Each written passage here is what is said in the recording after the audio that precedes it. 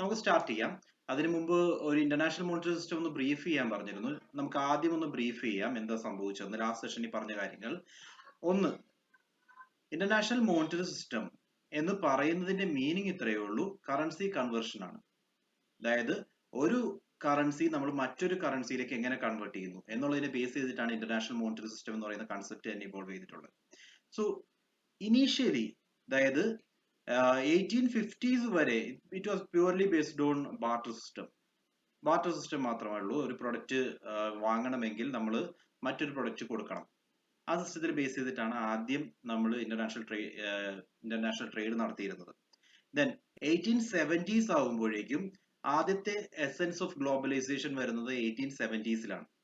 ആ 1870സിലെ ഗ്ലോബലൈസേഷനോട് കൂടി നമുക്കൊരു നീഡ് ഫോർ കറൻസി കൺവേർഷൻ ആദ്യമായിട്ട് വരുന്നു. ഓക്കെ, കറൻസി കൺവേർഷൻ എന്ന് പറയുന്ന ഒരു കാര്യം, നമ്മളുടെ ലോക്കൽ കറൻസി മറ്റൊരു കറൻസിയിലേക്ക് കൺവേർട്ട് ചെയ്യേണ്ടതിന്റെ ആവശ്യം വരുന്നു. എന്തുകൊണ്ടാണെന്ന് നമുക്ക് ചിന്തിച്ചാൽ മനസ്സിലാവും. ദാറ്റ് മീൻസ് നമുക്കൊരു പുറത്തു നിന്നും, ഇപ്പൊ ഇന്ത്യക്കാരനായിട്ടുള്ള ഒരു ഇൻഡിവിജ്വലിന് അമേരിക്കയിൽ നിന്ന് ഒരു പ്രൊഡക്റ്റ് മേടിക്കണമെങ്കിൽ നമുക്ക് അവരുടെ ഡോളറിൽ തന്നെ പേയ്മെന്റ് നടത്തേണ്ടി വരും. സോ അവരുടെ ഡോളർ എങ്ങനെ അവൈലബിൾ ആവും? അങ്ങനെ ഒരു ഇഷ്യൂ വന്നപ്പോൾ ആദ്യം നമ്മൾ ഫോളോ ചെയ്ത മെക്കാനിസം ആണ് gold standard. So barter system എന്ന് പറയുന്നത് ഒരിക്കലും ഒരു നല്ല ഓൾട്ടർനേറ്റീവ് അല്ല. നമ്മൾ കൊടുക്കുന്നതിനനുസരിച്ചുള്ള ഒരു വാല്യൂ ഉള്ള പ്രൊഡക്റ്റ് നമുക്ക് കിട്ടിയെന്ന് വരില്ല. സോ ആദ്യം 1870s കൂടിയാണ്, 1870s ആവുമ്പോഴാണ് നമുക്ക് ഈ പറയുന്ന ഇന്റർനാഷണലി നോക്കുമ്പോൾ ഗ്ലോബലൈസേഷൻ സിനാരിയോ വരുന്നത്. സോ 1870സിന് ശേഷം നമ്മൾ ആദ്യം അഡോപ്റ്റ് ചെയ്ത സിസ്റ്റം ആയിരുന്നു ഗോൾഡ് സ്റ്റാൻഡേർഡ്. ഗോൾഡ് സ്റ്റാൻഡേർഡ് എന്താണെന്ന് നമ്മൾ ലാസ്റ്റ് ക്ലാസ്സിൽ പറഞ്ഞതാണ്. അതായത് നമുക്ക് ഇൻ കേസ് വേണ്ടത് US ഡോളർ ആണെന്ന് വിചാരിക്കുക. സോ USA-യിൽ നിന്ന് നമ്മളൊരു പ്രൊഡക്റ്റ് ആണ് മേടിക്കാൻ ഉദ്ദേശിക്കുന്നത്, US ഡോളർ വേണം. അങ്ങനെയാണെങ്കിൽ എങ്ങനെ കൺവേർട്ട് ചെയ്യുമെന്ന് ചോദിച്ചു കഴിഞ്ഞാൽ, ഇന്ത്യയിൽ ഒരു ഔൺസ് ഗോൾഡിന്, ഫോർ എക്സാമ്പിൾ ഇന്ത്യയിൽ ഒരു ഔൺസ് ഗോൾഡിന് 15 ഇന്ത്യൻ റുപ്പീസ് ആണെന്ന് വിചാരിക്കാം. ഓക്കെ, സെയിം ഒരു ഔൺസ് ഗോൾഡിന് US ഡോളർ എന്ന് പറയുന്നത് 1 USD ആണെങ്കിൽ, okay, that means 15 Indian rupees is equal to 1 USD. ഈ സിസ്റ്റത്തെയാണ് നമ്മൾ ഗോൾഡ് സ്റ്റാൻഡേർഡ് എന്ന് പറയുന്നത്. കൺസെപ്റ്റ് ക്ലിയർ ആണെന്ന് വിശ്വസിക്കുന്നു. ആദ്യം ഗോൾഡിലേക്ക് നമ്മൾ നമ്മുടെ കറൻസിയെ കൺവേർട്ട് ചെയ്യുന്നു. ദെൻ ആ ഗോൾഡ് ഉപയോഗിച്ചുകൊണ്ട്, അതായത് ആ ഗോൾഡിന് എത്രമാത്രമാണ് മറ്റൊരു കറൻസിയിൽ വാല്യൂ ഉള്ളത് അതനുസരിച്ചുകൊണ്ടായിരിക്കും പേയ്മെന്റ് നടത്തുക. Okay, gold standard. അതിനുശേഷം 1914 to 1919 first world war happen ചെയ്യുന്നു. ഫസ്റ്റ് വേൾഡ് വാറിന്റെ ടൈമിൽ ആരും കറൻസി കൺവേർഷനിലേക്ക് പോയില്ല. എല്ലായിടത്തും മാസ് വെപ്പണൈസേഷൻ ആയിരുന്നു. അതായത് ഗോൾഡിലേക്ക് കൺവേർട്ട് ചെയ്യാൻ ആരും തയ്യാറായില്ല. എല്ലാവർക്കും വേണ്ടത് വെപ്പണറിയാണ്. എമൗണ്ട് മൊത്തം കൺവേർട്ട് ചെയ്ത് പോയത് വെപ്പണിലേക്കായിരുന്നു. അതോടുകൂടി ഗോൾഡ് സ്റ്റാൻഡേർഡ് ഫെയിൽ ആയി. പിന്നീട് ഒരു പുതിയ സ്റ്റാൻഡേർഡ് കണ്ടെത്തുന്നതിന് മുമ്പ് തന്നെ സെക്കൻഡ് വേൾഡ് വാർ ഹാപ്പൻ ചെയ്തു. അതായത് ഈ പറയുന്ന 1919 തൊട്ട് 1939 വരെ വരുന്ന ടൈം പീരീഡിനെയാണ് നമ്മൾ ഇന്റർ വാർ പീരീഡ് എന്ന് പറയുന്നത്. ഓക്കെ, ഇന്റർ വാർ പീരീഡ്. ഈ ഇന്റർ വാർ പീരീഡിൽ ട്രേഡ് എന്ന് പറയുന്നത് ഓൾമോസ്റ്റ് സീറോ ആയിരുന്നു. ബിക്കോസ് എന്തുകൊണ്ടാണെന്ന് ചോദിച്ചു കഴിഞ്ഞാൽ, നല്ല ഇന്റർനാഷണൽ റിലേഷൻസ് ഇല്ല. രാജ്യങ്ങൾ തമ്മിൽ അങ്ങോട്ടും ഇങ്ങോട്ടും ട്രേഡ് നടത്താൻ ഒരു മെക്കാനിസവും ഇല്ല. ഇന്റർനാഷണൽ മോണിറ്ററി സിസ്റ്റം ഫെയിൽ ആയിരുന്നു. ഓക്കെ, സോ പുതിയൊരു സിസ്റ്റം ഇൻട്രൊഡ്യൂസ് ചെയ്യണം.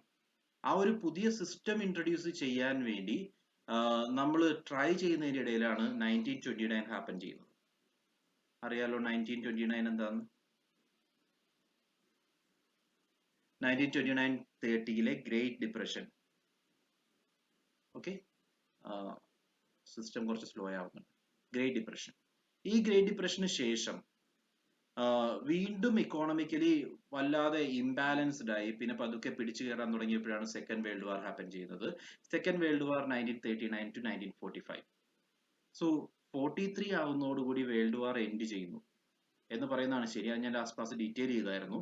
സോ 43യോടുകൂടി വേൾഡ് വാർ എൻഡ് ചെയ്യുന്നു എന്ന് പറയുമ്പോൾ പുതിയ ഓർഗനൈസേഷൻസ് ക്രിയേറ്റ് ചെയ്യണം. അതിന്റെ ബേസിൽ ഇനിയൊരു വാർ ഉണ്ടാകാതിരിക്കാൻ വേണ്ടി XD വൈറ്റും അതേപോലെ കെയ്ൻസും കൂടി ചേർന്നിട്ട് ഇനിഷ്യേറ്റീവ് എടുത്തുകൊണ്ട് ബ്രിട്ടൻ വുഡ് കോൺഫറൻസ് കണ്ടക്ട് ചെയ്യുകയും ബ്രിട്ടൻ വുഡ് ഇൻസ്റ്റിറ്റ്യൂഷൻസ് ഫോം ചെയ്യുകയും ചെയ്തു. ഇതേ ടൈമിൽ തന്നെ ബ്രിട്ടൻ വുഡ് സിസ്റ്റം എന്ന് പറയുന്ന ഒരു മോണിറ്ററി സിസ്റ്റത്തിന് ഇവർ എഗ്രി ചെയ്യുകയും ചെയ്യുകയുണ്ടായി. അവർ ചെയ്ത ബ്രിട്ടൻ വുഡ് സിസ്റ്റം എന്ന് പറയുന്നത്, ഇതുവരെ നിങ്ങൾ ഗോൾഡിലേക്കാണ് കൺവേർട്ട് ചെയ്തതെങ്കിൽ ഇനി അങ്ങോട്ടേക്ക് നിങ്ങൾ ഒരു ഫിക്സഡ് കറൻസിയിലേക്ക് കൺവേർട്ട് ചെയ്യുക. ആ ഫിക്സഡ് കറൻസി എന്ന് പറയുന്നത് ഇപ്പോൾ ഇവോൾവ് ചെയ്ത കൺട്രിയുടെ കറൻസിയാണ്.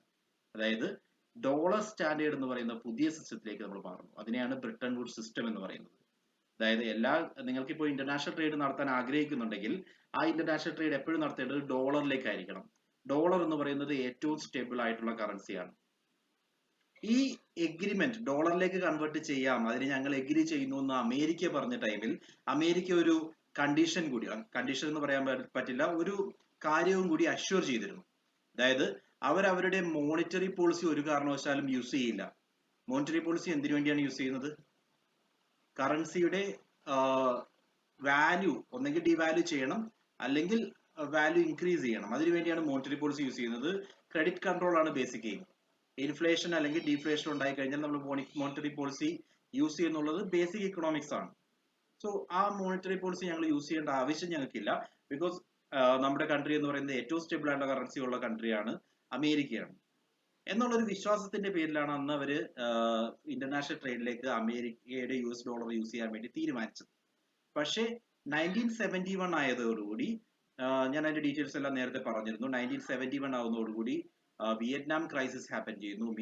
വിയറ്റ്നാം വിയറ്റ്നാം ബോംബിംഗ് എന്നൊക്കെ പറയും. സോ ഇതിനുശേഷം ഈ പറയുന്ന ബ്രിട്ടൻ വുഡ് സിസ്റ്റം കൊളാപ്സ്ഡ് ആവുന്നു. എന്തുകൊണ്ടാണ് കൊളാപ്സ്ഡ് ആയെന്ന് ചോദിച്ചു കഴിഞ്ഞാൽ, അമേരിക്കയ്ക്ക് അവരുടെ കറൻസി ഡീവാല്യൂ ചെയ്യേണ്ട ഒരു സിറ്റുവേഷൻ ഉണ്ടാവുന്നു. അമേരിക്ക വാർ ഫെയിൽ ആവുന്നു എന്ന് കേട്ടപ്പോൾ ആളുകൾ മൊത്തം ഇൻവെസ്റ്റ്മെന്റ് വിഡ്രോ ചെയ്യാൻ തുടങ്ങി. ആ ഇൻവെസ്റ്റ്മെന്റ് വിഡ്രോ ചെയ്യുന്നതാണ് അൾട്ടിമേറ്റ്ലി കറൻസി ഡീവാലുവേഷനിലേക്ക് പോയത്.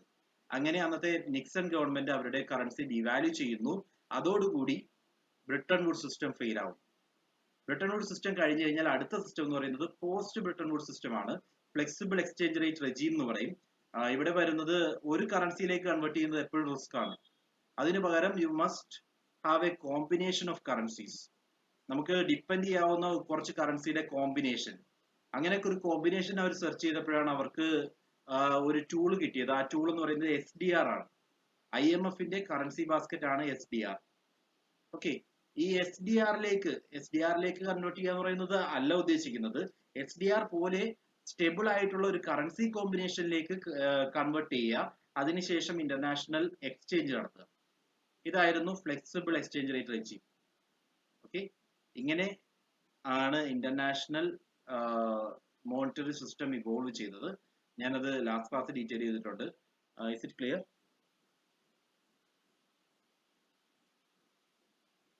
ക്ലിയർ ആണോ? വീഡിയോ അവൈലബിൾ അല്ലേ ഹർഷ? വീഡിയോ എന്ന് പറയുമ്പോൾ ഞാൻ 2 ലിങ്ക് ചെയ്ത് കയറിയിട്ടുണ്ട്. ഒരെണ്ണത്തിൽ നിങ്ങൾക്ക് ഡെസ്ക്ടോപ്പ് കാണാൻ പറ്റും, ഒരെണ്ണത്തിൽ എന്നെയും കാണാൻ പറ്റും. സോ 2 ലിങ്കിൽ എഡ്യൂലൈറ്റ്സ് ആണ്, റൈറ്റ്? അതായത് ഒരെണ്ണത്തിൽ നിങ്ങൾക്ക് ഡെസ്ക്ടോപ്പിന്റെ വ്യൂ കിട്ടും. സൈഡിൽ തന്നെ ലിസ്റ്റിൽ നോക്കിയാൽ മതി. എല്ലാവരുടെ ലിസ്റ്റിന്റെ ഒപ്പം എന്റെ മുഖവും ഒരു ഐക്കണിൽ കാണാൻ പറ്റും. Okay, right?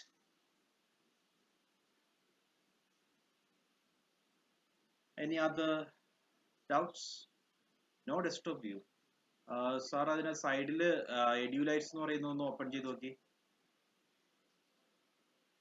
Desktop view ഓഫോ?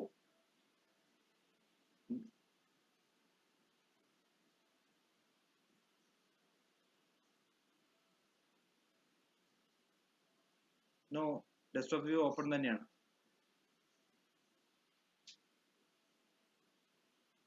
Just a minute.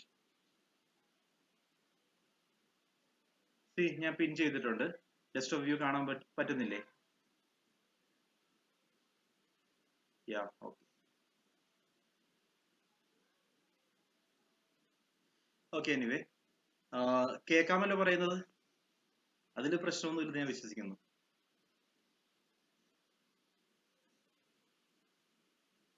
Okay, fine. So ഇത്രയും പറഞ്ഞത് ഇന്നലെ നമ്മൾ തന്ന സെഷന്റെ ഒരു ഇൻട്രൊഡക്ഷൻ തന്നെയാണ്. And now we are moving on to the second session. ഇന്ന് നമ്മൾ ഡിസ്കസ് ചെയ്യാൻ പോകുന്നത് ഇന്റർനാഷണൽ ബിസിനസിന്റെ സിലബസ് ബേസ് ചെയ്തിട്ടുള്ള കുറച്ച് ടോപ്പിക്സ് ആണ്. സോ സിലബസ് എടുക്കുവാണെങ്കിൽ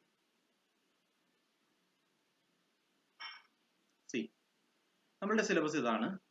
ടോട്ടൽ 21 ടോപ്പിക്സ് നമുക്ക് അവിടെ കാണാൻ പറ്റും. ആ 21 ടോപ്പിക്സിൽ നമ്മൾ ഇന്ന് ഡിസ്കസ് ചെയ്യാൻ പോകുന്ന topics approaches to international business, stages of internationalization, then methods of entry into foreign market. ഇത്രയും ടോപ്പിക്സ് ആണ് നമ്മൾ ഇന്ന് ഡിസ്കസ് ചെയ്യുന്നത്. ആൻഡ് 21 ടോപ്പിക്സ് എന്ന് പറയുമ്പോൾ it will take approximately 10 hours. 10 sessions നമുക്ക് വേണ്ടി വരും. ആ 10 സെഷനുള്ളിൽ നമ്മൾ തീർക്കാൻ വേണ്ടി ശ്രമിക്കും. സോ ടൈം ഡിലേ വരുത്താതെ നമുക്ക് കുറച്ച് ബേസിക് തിങ്സിലേക്ക് കടക്കാം. ഇന്റർനാഷണൽ ട്രേഡിലേക്ക് ഇറങ്ങുമ്പോൾ ഏറ്റവും ബേസിക് ക്വസ്റ്റ്യൻ എന്ന് പറയുന്നത് why does international trade take place? എന്തിനു വേണ്ടിയാണ് ഇന്റർനാഷണൽ ട്രേഡ്? സോ അതിനുവേണ്ടി കുറച്ച് ബാക്കോട്ട് നമുക്ക് പോവാം. 1773 ഒരു ഫേമസ് ബുക്ക് എഴുതിയിട്ടുണ്ട്. This book is known as Wealth of Nations. കേട്ടിട്ടുണ്ടാവോ?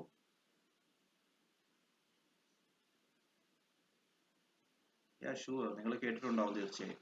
So ഈ വെൽത്ത് ഓഫ് നേഷൻസ് വരുന്നതോടുകൂടി, ആദം സ്മിത്തിന്റെ ബുക്കാണ്. വെൽത്ത് ഓഫ് നേഷൻസ് ഇറങ്ങുന്നതോടുകൂടി ഒരു പുതിയ ഐഡിയോളജി, ആ ഐഡിയോളജിയുടെ പേര് ക്യാപിറ്റലിസം എന്നാണ്. ക്യാപിറ്റലിസം എന്ന് പറയുന്ന ഐഡിയോളജി ലോകത്തിന് മുമ്പിൽ അവതരിപ്പിക്കപ്പെടുന്നു. സോ ക്യാപിറ്റലിസം എന്ന് പറയുമ്പോൾ ഏബിൾ ടു പ്രൊഡ്യൂസ് ചെയ്യുന്നവർക്ക് വിൽക്കാനുള്ള ഒരു അവസരം ഉണ്ടാവണം, ആൻഡ് ഫ്രീ ട്രേഡ് നടത്താനുള്ള അവസരം ഉണ്ടാവണം. ഇതൊക്കെയാണ് ക്യാപിറ്റലിസം എന്ന് പറയുന്ന ഐഡിയോളജി വെച്ചിട്ട് ആദം സ്മിത്ത് മുന്നോട്ട് വെച്ചത്. ഇതിനെ ബേസ് ചെയ്തുകൊണ്ട് 1800ന്റെ മിഡോടുകൂടി നമ്മൾ ഇൻഡസ്ട്രിയൽ റെവല്യൂഷൻ കണ്ടു. ആ ഇൻഡസ്ട്രിയൽ റെവല്യൂഷൻ ഹാപ്പൻ ചെയ്യുമ്പോൾ പ്രൊഡക്ട്സ് ഒരുപാട് പ്രൊഡ്യൂസ് ചെയ്യുന്നുണ്ട്. അവരെ സംബന്ധിച്ച് പ്രൊഡ്യൂസ് ചെയ്ത പ്രൊഡക്റ്റ് വിൽക്കാൻ വേണ്ടിയുള്ള മാർക്കറ്റുകൾ കണ്ടെത്തണം. ആ മാർക്കറ്റുകൾക്ക് വേണ്ടിയാണ് ക്രോസ് കൺട്രി അല്ലെങ്കിൽ ബോർഡർ ക്രോസ് ചെയ്തിട്ടുള്ള ട്രേഡ് ഹാപ്പൻ ചെയ്തത്. സോ ബോർഡർ ക്രോസ് ചെയ്ത് ട്രേഡ് നടത്തുക, ഇത് ട്രേഡ് കൊണ്ട് മാത്രം ഒതുങ്ങില്ല. ആ ട്രേഡിനെ സപ്പോർട്ട് ചെയ്യാനുള്ള നെസസറി ആക്ടിവിറ്റീസും, അതേപോലെ ഓരോ കൺട്രിക്കും അവരവരുടേതായ റെസ്ട്രിക്ഷൻസ് വരും, പേയ്മെന്റ് മെക്കാനിസം വരും. സോ ഇതൊരു ചെറിയ കൺസെപ്റ്റ് അല്ല, ഇറ്റ്സ് എ ബ്രോഡർ കൺസെപ്റ്റ്. ആ ഒരു ബ്രോഡർ കൺസെപ്റ്റ് എമർജ് ചെയ്യുന്നത് തന്നെ അങ്ങനെയാണ്. സോ നമ്മൾ പ്രൊഡ്യൂസ് ചെയ്യുന്ന പ്രൊഡക്റ്റ്, ആ പ്രൊഡക്റ്റിന് പുതിയ മാർക്കറ്റുകൾ ഉണ്ടെങ്കിൽ വി ക്യാൻ ഗോ ഔട്ട്. നമ്മൾ പതുക്കെ നമ്മുടെ കൺട്രിയിൽ നിന്നും മറ്റുള്ള കൺട്രികളിലേക്ക് പോയി തുടങ്ങും. ഇതാണ് ഇന്റർനാഷണൽ ബിസിനസിന്റെ ഏറ്റവും ബേസിക് കൺസെപ്റ്റ്.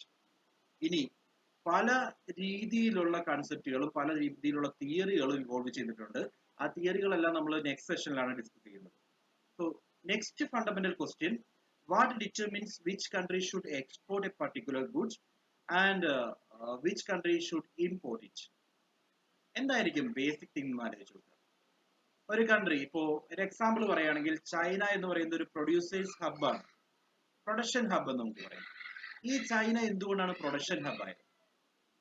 അവരെന്തുകൊണ്ടാണ് ബാക്കിയുള്ള even what is common in Nike, Apple and even in Xiaomi, ഇത് ചോദിച്ചു കഴിഞ്ഞാൽ അതിന്റെ അർത്ഥം എന്താണ്? ഈ പറയുന്ന എല്ലാ കമ്പനികളിലും കോമൺ ആയിട്ടുള്ളത് എന്താണെന്ന് ചോദിച്ചു കഴിഞ്ഞാൽ കോമൺ ആയിട്ടുള്ളത് ചൈനയാണ്. ദാറ്റ് മീൻസ് ആപ്പിൾ ആയാലും പിന്നെ വരുന്ന ചൈനീസ് ബ്രാൻഡുകൾ നമ്മൾ പറയുന്ന ഓപ്പോ, പിന്നെ ഏതാ, അങ്ങനെയുള്ള എല്ലാ കമ്പനികളും, അതോടൊപ്പം തന്നെ അമേരിക്കൻ ബ്രാൻഡുകളായിട്ടുള്ള ആപ്പിൾ പോലുള്ള കമ്പനികൾ, ഇവരെല്ലാവരും പ്രൊഡ്യൂസ് ചെയ്യുന്നത് ചൈനയിൽ വെച്ചിട്ടാണ്. എന്തുകൊണ്ടാണ് അങ്ങനെ പ്രൊഡ്യൂസ് ചെയ്യുന്നതെന്ന് ആലോചിച്ച് കഴിഞ്ഞാൽ ഇതിന്റെ ആൻസർ കിട്ടും. ഏത് കൺട്രി ആയിരിക്കണം എക്സ്പോർട്ട് ചെയ്യേണ്ടത് എന്ന് ചോദിച്ചു കഴിഞ്ഞാൽ, ഏത് കൺട്രിക്കാണ് ആ പ്രൊഡക്റ്റ് ഏറ്റവും കുറഞ്ഞ ചെലവിൽ ഉണ്ടാക്കാൻ സാധിക്കുന്നത്, ആ കൺട്രി ആയിരിക്കണം എക്സ്പോർട്ട് ചെയ്യേണ്ടത്. ഓക്കെ, ദെൻ ഈ ഒരു കൺസെപ്റ്റ് വരുമ്പോൾ ഒരു പ്രശ്നമുള്ളത്, അത് നമ്മൾ തിയറീസ് പറയുമ്പോൾ കൂടുതൽ ഡീറ്റെയിൽ ആയിട്ട് പറയും. ഈ ഒരു കൺസെപ്റ്റിന് ഒരു പേരുണ്ട്. കൺസെപ്റ്റിന്റെ പേര് എന്ന് പറയുന്നത് അബ്സല്യൂട്ട് അഡ്വാൻറ്റേജ് തിയറി എന്നാണ്. അതായത് ഏത് കൺട്രിക്കാണോ അഡ്വാൻറ്റേജ് ഉള്ളത്, മറ്റൊരു കൺട്രിയുമായിട്ട് അപേക്ഷിച്ച് നോക്കുകയാണെങ്കിൽ ഏത് കൺട്രിക്കാണോ ഏറ്റവും കൂടുതൽ അഡ്വാൻറ്റേജ് ഉള്ളത്, ആ കൺട്രി ആയിരിക്കണം എക്സ്പോർട്ട് ചെയ്യേണ്ടതെന്ന് പറഞ്ഞു കഴിഞ്ഞാൽ, there may be some countries, ചില കൺട്രികൾ ഉണ്ടാകാം ഒരു പ്രൊഡക്റ്റിലും അഡ്വാൻറ്റേജ് ഇല്ലാത്തവർ. അവരെങ്ങനെ ഇന്റർനാഷണൽ ബിസിനസ്സിൽ എൻ്റർ ചെയ്യും? അവരെ സംബന്ധിച്ച് ഇമ്പോർട്ട് മാത്രമേ പോസിബിൾ ആവുള്ളൂ, എക്സ്പോർട്ട് പോസിബിൾ ആവില്ല. അങ്ങനെ വന്നു കഴിഞ്ഞാൽ അത് ഇന്റർനാഷണൽ ബിസിനസിനെ നെഗറ്റീവായിട്ട് ബാധിക്കില്ലേ? അങ്ങനെ കുറെ തിയറീസ് ഉണ്ട്. ആ തിയറീസ് എല്ലാം നമ്മൾ നെക്സ്റ്റ് സെഷനിലായിരിക്കും ഡിസ്കസ് ചെയ്യുന്നത്. ഇന്ന് എന്തായാലും മനസ്സിലാക്കുക, എന്തിനെ ബേസ് ചെയ്തുകൊണ്ടാണ് എക്സ്പോർട്ട് ഉണ്ടാകേണ്ടതെന്ന് ചോദിച്ചു കഴിഞ്ഞാൽ, ആ കൺട്രിയിലെ നീഡ് കഴിഞ്ഞാൽ ഒന്നാമത്തെ ഓപ്ഷൻ. രണ്ടാമത്തെ ഓപ്ഷൻ, നിങ്ങൾക്ക് ചീപ്പ് എക്സ്പെൻസീവ് പ്രൊഡക്റ്റ് പ്രൊഡ്യൂസ് ചെയ്യാൻ സാധിക്കുന്നുണ്ടെങ്കിൽ, ക്വാളിറ്റി പ്രൊഡക്ട്സ് പ്രൊഡ്യൂസ് ചെയ്യാൻ സാധിക്കുന്നുണ്ടെങ്കിൽ, ഇതൊക്കെ നമ്മുടെ മുന്നിലുള്ള ഓപ്ഷൻസ് ആണ് എക്സ്പോർട്ടിലേക്ക് എൻ്റർ ചെയ്യാനുള്ളത്. Then who gains from such trade? ഇത്തരത്തിലുള്ള ട്രേഡ് കൊണ്ട് ആരാണ് ബെനിഫിഷ്യറീസ്? ഇതെല്ലാം ക്യാപിറ്റലിസം എന്ന് പറയുന്ന കൺസെപ്റ്റ് ഇവോൾവ് ചെയ്തതാണ്. ബെനിഫിഷ്യറീസ് എന്ന് പറയുന്നത് രണ്ട് പാർട്ടീസും ഉണ്ട്. ആരാണോ എക്സ്പോർട്ട് ചെയ്യുന്നത് അവരും ബെനിഫിറ്റഡ് ആകും, അതേപോലെ ഇമ്പോർട്ട് ചെയ്യുന്ന കൺട്രിയും ബെനിഫിറ്റഡ് ആകും. എങ്ങനെയാണ് ഇമ്പോർട്ട് ചെയ്യുന്ന കൺട്രി ബെനിഫിറ്റഡ് ആകുന്നത് ചോദിച്ചു കഴിഞ്ഞാൽ they will get quality products. അതാണ് ഏറ്റവും നല്ല ആൻസർ. ക്വാളിറ്റി പ്രൊഡക്ട്സ് ഏറ്റവും കുറഞ്ഞ പ്രൈസിൽ ലഭിക്കും, അതുകൊണ്ട് അവരും ബെനിഫിറ്റഡ് ആകും. So these are the basic concept. International ബിസിനസിനെ പറ്റി ഡിസ്കസ് ചെയ്യുമ്പോൾ, ഇന്റർനാഷണൽ ട്രേഡിനെ പറ്റി ഡിസ്കസ് ചെയ്യുമ്പോൾ ഏറ്റവും ബേസിക് ആയിട്ട് അറിഞ്ഞിരിക്കേണ്ട കൺസെപ്റ്റ് ആണ് നമ്മൾ ഇപ്പോൾ ഡിസ്കസ് ചെയ്തത്. ദെൻ എന്തുകൊണ്ടാണ് ഇന്റർനാഷണൽ ട്രേഡ് നടത്തുന്നത്, അല്ലെങ്കിൽ നേഷൻസ് ട്രേഡ് ചെയ്യുന്നതെന്ന് ചോദിച്ചു കഴിഞ്ഞാൽ അതിന് ബേസിക് ആയിട്ട് ഒരു ആൻസർ ആണുള്ളത്. Nations are different. ഓക്കെ, രാജ്യങ്ങൾ ഡിഫറെന്റ് ആയതുകൊണ്ടാണ് അവർ ട്രേഡ് നടത്തുന്നത്. Let me tell you one example. നമ്മൾ ലാസ്റ്റ് ഡേ പറഞ്ഞതാണ്, there's a country called Japan. Japan എന്ന് പറയുന്ന ഒരു കൺട്രി ഉണ്ട്. അവരുടെ 70% ജോഗ്രഫിക്കൽ ഏരിയയും കുന്നും മലയും ചേർന്നതാണ്. ഓക്കെ, ആൻഡ് ഇങ്ങനെയുള്ള സ്ലൈഡ്സ് വന്നു കഴിഞ്ഞാൽ അവിടെ റിസോഴ്സസ് സ്കേഴ്സ് ആയിരിക്കും, റിസോഴ്സസ് വളരെ കുറവായിരിക്കും. ഓക്കെ, നാച്ചുറലി റിസോഴ്സസ് ഇല്ല. Then they are earth prone. So massive ആയിട്ടുള്ള, ഞാൻ ഓൾറെഡി പറഞ്ഞു, ഓൾമോസ്റ്റ് 10 എർത്ത് ആണ് 1945 ശേഷം അവർക്കുണ്ടായത്. 2 തവണ ആറ്റം ബോംബിനെ അതിജീവിച്ച ഏക കൺട്രിയും ഇവരാണ്. എന്നിട്ടും 1990s അല്ലെങ്കിൽ 2000 എത്തുമ്പോഴേക്കും they were at the number 3rd position. GDP growth എടുത്തു കഴിഞ്ഞാൽ 3rd പൊസിഷനിൽ ഉണ്ടായിരുന്നു. How was it possible? അതാണ് പറഞ്ഞത്, ഓരോ കൺട്രിയും ഡിഫറെന്റ് ആണ്. ഈ കൺട്രിയെ സംബന്ധിച്ച് അവരുടെ ഏറ്റവും വലിയ അഡ്വാൻറ്റേജ് എന്ന് പറയുന്നത് ഒരു ഫാക്ടർ ആയിരുന്നു. ആ ഫാക്ടറിന്റെ പേരാണ് ലേബർ കോസ്റ്റ് ആയിരുന്നു ഏറ്റവും വലിയ അഡ്വാൻറ്റേജ്. ആ ലേബർ കോസ്റ്റ് ആണ് പിന്നീട് ചൈന പോലുള്ള രാജ്യങ്ങൾ ഉപയോഗിച്ചത്. ദെൻ ഈവൻ ഇന്ത്യയും യൂസ് ചെയ്യുന്നത് ഈ ലേബർ കോസ്റ്റിലുള്ള അഡ്വാൻറ്റേജ് തന്നെയാണ്. ഓക്കെ, സോ ഓരോ രാജ്യത്തിനും അവരവരുടേതായ റിസോഴ്സസ് ഉണ്ട്. ഇപ്പോ ഒരു എക്സാമ്പിൾ പറയുകയാണെങ്കിൽ സൗത്ത് ആഫ്രിക്ക എന്ന് പറയുന്ന കൺട്രിയിൽ ഡയമണ്ട് മൈൻസും ഗോൾഡ് മൈൻസും ഉണ്ട്. സോ അതാണ് അവരുടെ ആഫ്രിക്കൻ കൺട്രികളിൽ വളരെ 1-2 കൺട്രികൾ മാത്രമേ ലീസ്റ്റ് ഡെവലപ്ഡ് നേഷൻസ് അല്ലാതെ ഉള്ളൂ. അതിലൊന്നാണ് സൗത്ത് ആഫ്രിക്ക. എന്തുകൊണ്ടാണ് അവർ രക്ഷപ്പെട്ടതെന്ന് ചോദിച്ചു കഴിഞ്ഞാൽ അവർക്ക് അങ്ങനെ ഒരു റിസോഴ്സ് ഉള്ളതുകൊണ്ടാണ്. ഓക്കെ, ലൈക്വൈസ് ടെക്നോളജിയിലുള്ള ഡിഫറൻസ്. US എന്ന് പറയുന്നത് ഓട്ടോമൊബൈൽ ഇൻഡസ്ട്രീസിൽ മുന്നിൽ നിൽക്കുന്ന രാജ്യമാണ്. Technological advancement. സോ അത് മറ്റൊരു രാജ്യത്തെ അപേക്ഷിച്ച് നോക്കുമ്പോൾ അവർ ബെറ്റർ ആയിരിക്കും. ദെൻ കോസ്റ്റ് അഡ്വാൻറ്റേജ്, നമ്മൾ ചൈനയുടെ എക്സാമ്പിൾ പറഞ്ഞു. കോസ്റ്റ് അഡ്വാൻറ്റേജ് പ്രൊഡ്യൂസ് ചെയ്യാൻ വേണ്ടി, ഓക്കെ, പ്രൊഡക്ഷന് വേണ്ടി വരുന്ന കോസ്റ്റ് അവരെ സംബന്ധിച്ച് വളരെ കുറവാണ്. ആൻഡ് 2013 ചൈന ആദ്യമായിട്ട് മിനിമം വേജസ് ആക്ട് പാസ്സാക്കുന്നത്. അതായത് മിനിമം വേജസ് ആക്ട് പാസ്സാക്കുന്നില്ലെങ്കിൽ ലേബർ അത്രയും കുറഞ്ഞ വിലയിൽ വരെ അവൈലബിൾ ആയിരുന്നു. അതുകൊണ്ടാണ് ഓൾമോസ്റ്റ് എല്ലാ മേജർ കമ്പനീസിന്റെയും പ്രൊഡക്ഷൻ ഹൗസ് ചൈനയിലാകാനുള്ള റീസൺ അതാണ്. സോ കോസ്റ്റ് അഡ്വാൻറ്റേജ് എന്ന് പറയുന്നത് മറ്റൊരു ഇഷ്യൂ ആണ്. ദെൻ ഡിഫറെന്റ് പ്രിഫറൻസസ്, അതായത് ഓരോ രാജ്യക്കാർക്കും അവരവരുടേതായ പ്രിഫറൻസസ് ഉണ്ടാവും. ഈവൻ ഇവിടെ ഒരു എക്സാമ്പിൾ പറയുന്നത് ബസ്മതി റൈസിന്റെ തന്നെയാണ്. അങ്ങനെയാണെങ്കിൽ അവരെ സംബന്ധിച്ച് അമേരിക്ക പ്രിഫർ ചെയ്യുന്നത് ബസ്മതി ടൈപ്പ് ഓഫ് റൈസ് ആണ്, ബിക്കോസ് അവരുടെ ഇൻകം ലെവൽ കൂടുതലായതുകൊണ്ട്. നമ്മളിത് നേരത്തെ ഇക്കണോമിക്സിന്റെ ബേസിൽ നമ്മൾ പലപ്പോഴും കേട്ടിട്ടുള്ളതാണ്. അതായത് ഇൻകം കൂടുതലായിട്ട് ഏൺ ചെയ്യുവാണെങ്കിൽ അവരുടെ ഡിമാൻഡും അതിനനുസരിച്ച് പ്രൊഡക്റ്റ് ഡിമാൻഡ് ചെയ്യുന്നതും അതിനനുസരിച്ചുള്ള ക്വാളിറ്റി പ്രൊഡക്ട്സ് ആയിരിക്കും. അങ്ങനെ ഓരോ രാജ്യങ്ങളും അവരവരുടേതായ പ്രിഫറൻസുകളാണ് ക്രിയേറ്റ് ചെയ്യുന്നത്. ഈ പ്രിഫറൻസുകൾ ചേഞ്ച് ചെയ്യുന്നതുകൊണ്ടും ട്രേഡ് നടത്താൻ ഉള്ളൊരു ഓപ്ഷൻ ഉണ്ടാവുകയാണ്. സോ നമ്മൾ പറഞ്ഞത് എന്തുകൊണ്ട് ട്രേഡ് നടത്തുന്നു, എന്തുകൊണ്ട് ഇന്റർനാഷണൽ ട്രേഡ് നടക്കുന്നു എന്ന് ചോദിച്ചു കഴിഞ്ഞാൽ ഫസ്റ്റ് നമ്മൾ പറഞ്ഞത് അൺഈക്വൽ ഡിസ്ട്രിബ്യൂഷൻ ആണ്. എല്ലാ രാജ്യത്തും ഒരുപോലെ അല്ല റിസോഴ്സസ് ഉള്ളത്. ചില രാജ്യങ്ങളിൽ റിസോഴ്സസ് ഉണ്ട്. എക്സാമ്പിൾ ഞാൻ പറഞ്ഞതുപോലെ എക്സാമ്പിൾ ആയിട്ട് പറയാവുന്നത് സൗത്ത് ആഫ്രിക്കയുടെ എക്സാമ്പിൾ പറയാം. നാച്ചുറൽ റിസോഴ്സസ് ഉണ്ട്. ദെൻ ഇന്ത്യ നാച്ചുറൽ റിസോഴ്സസ് ഉള്ള രാജ്യമാണ്. വളരെ കുറച്ച് നാച്ചുറൽ റിസോഴ്സസ് മാത്രമുള്ള മറ്റു പല രാജ്യങ്ങളും ഉണ്ട്. ദെൻ അതേപോലെ ഡിഫറൻസ് ഇൻ ടെക്നോളജിക്കൽ അഡ്വാൻസ്ഡ് ആയിട്ടുള്ള കൺട്രീസ് ഉണ്ടാകാം, ടെക്നോളജിക്കലി വളരെ പുറകിൽ നിൽക്കുന്ന കൺട്രീസ് ഉണ്ടാകാം. ഇവര് തമ്മിൽ ട്രേഡ് ചെയ്താൽ മാത്രമേ പുതിയ ടെക്നോളജീസ് മറ്റു രാജ്യങ്ങളിലേക്ക് എത്തുള്ളൂ. അതിനും ട്രേഡ് മസ്റ്റ് ആണ്. കോസ്റ്റ് അഡ്വാൻറ്റേജ്, നിങ്ങളുടെ കൺട്രിയിൽ പ്രൊഡ്യൂസ് ചെയ്യണമെങ്കിൽ ഒരു ഒരു എക്സാമ്പിൾ പറയുകയാണെങ്കിൽ നിങ്ങളുടെ കൺട്രിയിൽ ഒരു പ്രൊഡക്റ്റ് പ്രൊഡ്യൂസ് ചെയ്യണമെങ്കിൽ 50,000 രൂപ വരുന്നു എന്ന് അസ്യൂം ചെയ്യുക. ഇതേ പ്രൊഡക്റ്റ് തൊട്ടടുത്ത രാജ്യത്ത് നിങ്ങൾക്ക് 30,000 രൂപയ്ക്ക് പ്രൊഡ്യൂസ് ചെയ്യാൻ സാധിക്കുന്നുണ്ടെങ്കിൽ നിങ്ങൾ എന്തിനാണ് പ്രൊഡ്യൂസ് ചെയ്യേണ്ട ആവശ്യമുള്ളത്? ഈ സെയിം പ്രൊഡക്റ്റ് അവിടെ നിന്ന് മേടിക്കുന്നതായിരിക്കും നമ്മുടെ കൺട്രിയെ സംബന്ധിച്ച് ലാഭം. സോ കോസ്റ്റ് അഡ്വാൻറ്റേജ് എന്ന് പറയുന്നത് മറ്റൊരു റീസൺ ആണ്. That's why China is A production hub. Then difference in preferences, ഓരോ രാജ്യത്തും അവരവരുടേതായ പ്രിഫറൻസസ്, അവരവരുടേതായ ടേസ്റ്റ് ഉണ്ട്, അതിനനുസരിച്ചായിരിക്കും അവർ ട്രേഡ് നടത്തുന്നത്. Okay, these are the reasons. Then theories നമ്മൾ നാളെ ഡിസ്കസ് ചെയ്യാൻ പോകുന്ന ടോപ്പിക്കാണ്. ഇന്റർനാഷണൽ ബിസിനസ്സുമായി ബന്ധപ്പെട്ട് നമ്മൾ അറിഞ്ഞിരിക്കേണ്ട മേജർ തിയറീസ് ആണ്. എയർലി തിങ്കിങ് ഏറ്റവും ബേസിക് തിയറി എന്ന് പറയുന്നത് തിയറി ഓഫ് മെർക്കന്റലിസം ആയിരുന്നു. അതിനുശേഷം നമ്മുടെ ആദം സ്മിത്തിന്റെ തിയറി ഇവോൾവ് ചെയ്യുന്നു. ദെൻ റിക്കാർഡോയുടെ തിയറി, ദെൻ ഹെക്സ്റ്റർ ഓഹ്ലിംഗ് തിയറി, അങ്ങനെ കുറച്ച് തിയറീസ് നമുക്ക് ഡിസ്കസ് ചെയ്യാനുണ്ട്. അത് നമ്മൾ നെക്സ്റ്റ് ക്ലാസ്സിൽ ഡിസ്കസ് ചെയ്യും. So next thing is approaches to international business. Approaches 4 basic approaches ആണുള്ളത്. ഒന്നാമത്തത് ethnocentric. Under this approach, target market is own country. Excessive production will export due to change in customer taste and preferences.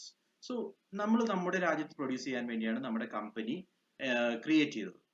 ഈ company create ചെയ്തതിന് ശേഷം സംഭവിച്ചത്, ഒരു example പറയുകയാണെങ്കിൽ, നമ്മുടെ company ചെയ്തിരുന്ന ബിസിനസ് എന്ന് പറയുന്നത് പഴയ മോഡൽ TV ആയിരുന്നു, ടെലിവിഷൻ ആയിരുന്നു. ഈ ടെലിവിഷൻ നമ്മൾ എക്സസ് ആയിട്ട് പ്രൊഡ്യൂസ് ചെയ്ത് വെച്ചിട്ടുണ്ട്. പക്ഷെ ആ ടൈമിലാണ് LCD ടെലിവിഷൻ വന്നത്. സോ LCD ടെലിവിഷൻ വരുമ്പോൾ സംഭവിക്കുന്നത് നമ്മുടെ ടെലിവിഷന്റെ ഡിമാൻഡ് കുറയും. ഡിമാൻഡ് കുറഞ്ഞു കഴിഞ്ഞാൽ പെട്ടെന്ന് തന്നെ ഇത്തരത്തിലുള്ള ഡെവലപ്മെന്റ് എത്താത്ത രാജ്യങ്ങളിലേക്ക് നമ്മൾ ഈ പറയുന്ന പ്രൊഡക്റ്റ് എക്സ്പോർട്ട് ചെയ്യും. Okay, so that's an example. Dumping എന്ന് വേണമെങ്കിൽ പറയാം, ഹാപ്പൻ ചെയ്യാറുണ്ട്, സംഭവിക്കാറുള്ള കാര്യമാണ്. സോ ഇങ്ങനെ നമ്മളുടെ എയിം എന്ന് പറയുന്നത് ഇന്റർനാഷണലി പോകാനുള്ളതല്ല.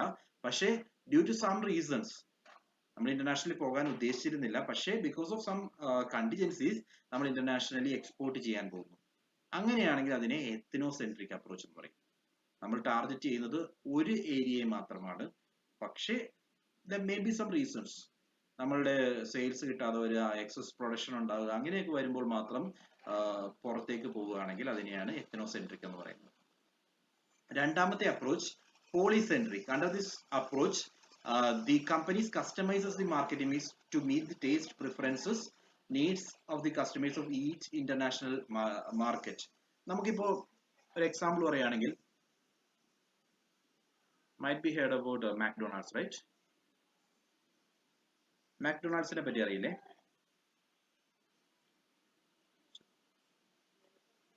ഓക്കെ, McDonald'sനെ പറ്റി പറയുമ്പോൾ മാക് ഇൻഡെക്സ് കേട്ടിട്ടുണ്ടോ?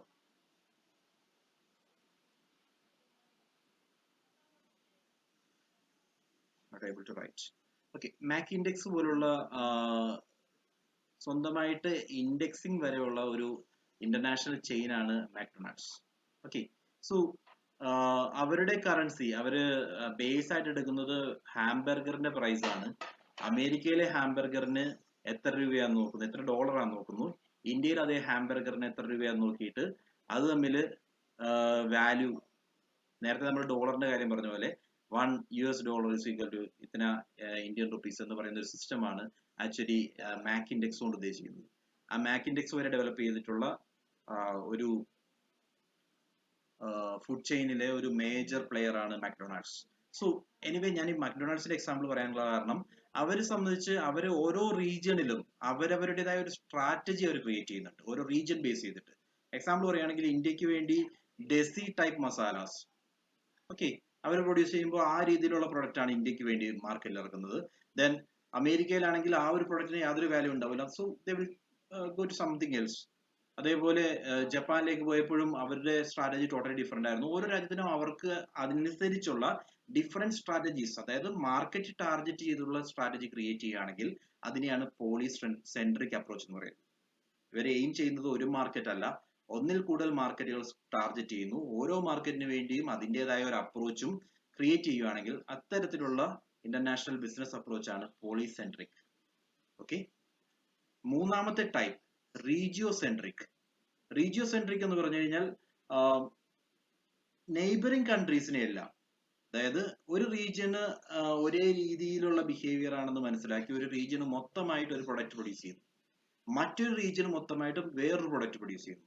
ഇങ്ങനെ ഓരോ റീജിയൻ ബേസ് ചെയ്തിട്ടാണ് നമ്മളുടെ സ്ട്രാറ്റജി ഫോളോ ചെയ്യുന്നതെങ്കിൽ അതിനെ റീജിയോസെൻട്രിക് എന്ന് പറയും. Under this approach the company operating successfully in foreign country things of exporting their neighbour countries of host country. അതായത് നമ്മൾ ഓൾറെഡി ഫോറിൻ മാർക്കറ്റിൽ എക്സ്പോർട്ട് ചെയ്യുന്നുണ്ട്. എക്സാമ്പിൾ പറയുകയാണെങ്കിൽ ഇന്ത്യയിൽ നിന്നുള്ള ഒരു കമ്പനിയാണ്.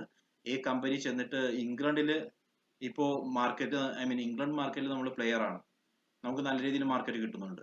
അങ്ങനെ തോന്നിക്കഴിഞ്ഞാൽ എന്തുകൊണ്ട് ഇംഗ്ലണ്ട് മാത്രം ആക്കുന്നു? സെയിം ടേസ്റ്റ് ആൻഡ് പ്രിഫറൻസ് അല്ലേ യൂറോപ്പ് മൊത്തം?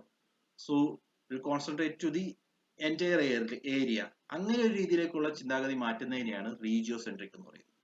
നമ്മളവിടെ ടാർഗറ്റ് ചെയ്യുന്നത് ഒരു റീജിയൻ മൊത്തമായിട്ടായിരിക്കും. ആ റീജിയനിലേക്ക് മൊത്തമായിട്ട് ഒരു സെയിം സ്ട്രാറ്റജി വെച്ച് നമുക്ക് മുന്നോട്ട് പോകാമെങ്കിൽ that method is called regiocentric approach. നാലാമത്തെ approach geocentric.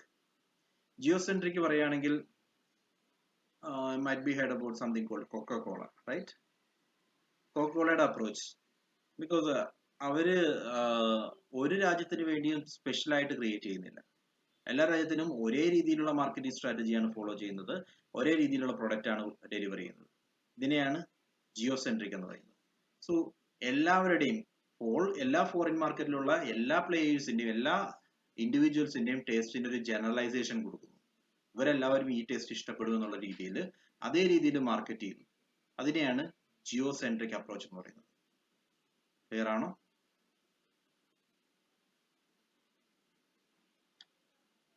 So these are the 4 approaches. നമ്മൾ ആദ്യം പറഞ്ഞത് എത്നോസെൻട്രിക് ആണ്, ഒരു രാജ്യത്തിന് വേണ്ടി മാത്രം, ഒരു രാജ്യത്തെ മാത്രം ടാർഗറ്റ് ചെയ്യുന്നു. എക്സസീവ് പ്രൊഡക്ഷൻ വന്നാൽ മാത്രമേ നമ്മൾ ഫോറിൻ മാർക്കറ്റിലേക്ക് പോകുന്നതിനെ പറ്റി ചിന്തിക്കുന്നുള്ളൂ. പോളിസെൻട്രിക് ആണെങ്കിൽ നമ്മളിവിടെ ടാർഗറ്റ് ചെയ്യുന്നത് ഒന്നിൽ കൂടുതൽ മാർക്കറ്റുകളെയാണ്. അവർക്ക് എല്ലാവർക്കും വേണ്ടി ഡിഫറെന്റ് സ്ട്രാറ്റജീസ് നമ്മൾ ഡെവലപ്പ് ചെയ്തിട്ടുണ്ടാവും. മൂന്നാമത്തത്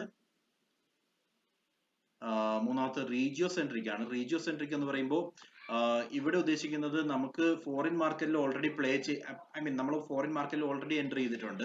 ആ ഫോറിൻ മാർക്കറ്റുമായിട്ട് ബന്ധപ്പെട്ട് വരുന്ന അതേ രീതിയിൽ പ്രിഫറൻസും ടേസ്റ്റും ഉള്ള ബാക്കിയുള്ള കൺട്രികളിലും കൂടി ആ റീജിയൻ മൊത്തമായിട്ട് സെയിം സ്ട്രാറ്റജി യൂസ് ചെയ്യുക. അതായത് ഇംഗ്ലണ്ടിൽ നമ്മളിപ്പോൾ ബിസിനസ് റൺ ചെയ്യുന്നുണ്ടെങ്കിൽ എന്തുകൊണ്ട് യൂറോപ്പ് മൊത്തം സെയിം സ്ട്രാറ്റജി വെച്ച് റൺ ചെയ്യാൻ പാടില്ല? ബിക്കോസ് സെയിം സ്ട്രാറ്റജി യൂസ് ചെയ്താൽ തന്നെ സക്സസ്ഫുൾ ആകും എന്നുള്ളൊരു സിറ്റുവേഷൻ ആണെങ്കിൽ അതിനെയാണ് റീജിയോസെൻട്രിക് എന്ന് പറയുന്നത്. ദെൻ ഇപ്പൊ ഡൗട്ട് ചോദിച്ചത് ജിയോസെൻട്രിക്. കൊക്കക്കോള പോലെയുള്ള കമ്പനികൾ അവർ ചെയ്യുന്നത് അവര് സെയിം സ്ട്രാറ്റജി ഉപയോഗിച്ചിട്ടാണ്. അതായത് ഒരേ പ്രൊഡക്റ്റ് ഒരേ രീതിയിലാണ് അവർ മാർക്കറ്റിലേക്ക് ഇറക്കുന്നത്. ഡിഫറൻസ് ഒന്നും, പ്രൊഡക്റ്റ് ഡിഫറൻസിയേഷൻ അവർ ചെയ്യുന്നില്ല. അങ്ങനെയുള്ളതിനെയാണ് സെയിം മെത്തേഡ്. സോ ജിയോസെൻട്രിക് എന്ന് പറയുന്ന അപ്രോച്ച് കൊണ്ട് ഉദ്ദേശിക്കുന്നതാണ്. ദെൻ ഇനി നമ്മൾ ഒരു കമ്പനി എടുക്കുകയാണെങ്കിൽ ആ കമ്പനി ഏതൊക്കെ രീതിയിലാണ് ഇന്റർനാഷണൽ കമ്പനി ആയിട്ട് മാറുന്നത് അല്ലെങ്കിൽ ട്രാൻസ്നാഷണൽ കമ്പനി ആയിട്ട് മാറുന്നത്? സോ ഡിഫറെന്റ് സ്റ്റേജസ് എടുത്തു കഴിഞ്ഞാൽ ഏറ്റവും ബേസിക് സ്റ്റേജ് ആണ് ഡൊമസ്റ്റിക് കമ്പനി. ഡൊമസ്റ്റിക് കമ്പനി എന്ന് പറയുമ്പോൾ അവരുടെ വിഷൻ ലിമിറ്റഡ് ആണ്, ആ ഡൊമസ്റ്റിക് മാർക്കറ്റ് മാത്രം കൈകാര്യം ചെയ്യുക. ദെൻ അതേപോലെ മിഷൻ, അവരുടെ ഓപ്പറേഷൻ, ദെൻ എല്ലാം ഒരു നാഷണൽ പൊളിറ്റിക്കൽ ബൗണ്ടറിയിൽ നിന്നുകൊണ്ടായിരിക്കും.